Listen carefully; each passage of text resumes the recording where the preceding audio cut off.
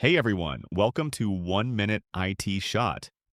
In today's quick tutorial, I'll show you how to make a water elevator in Minecraft, the easiest way to travel vertically in your base.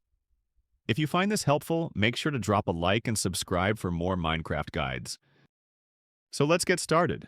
Start by placing 4 blocks, glass or any other block, in a square shape to form the base of the elevator shaft. Stack the blocks up as high as you want your elevator to go. This will be the height of your lift.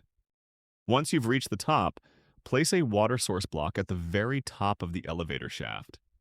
Grab some kelp and swim to the bottom of the shaft.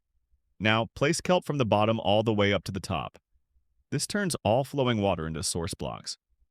Then you will have to head back down later and break the bottom kelp block. On the side where you want to enter, break a block and quickly replace it with a sign to keep water in, but allow players to pass through. Do the same on the opposite side if you want an exit. To make the elevator push you up, break the bottom block and place soul sand. As soon as you do, bubbles will appear and you'll be pushed up quickly. Want to go down instead? Swap the bottom block with a magma block. It will pull you down using the bubble column effect. And that's it. You now have a working Minecraft water elevator to travel up and down with style. Super useful for bases, towers, or underwater builds. If you found this guide helpful, like, subscribe, and share it with your Minecraft friends. Catch you in the next one.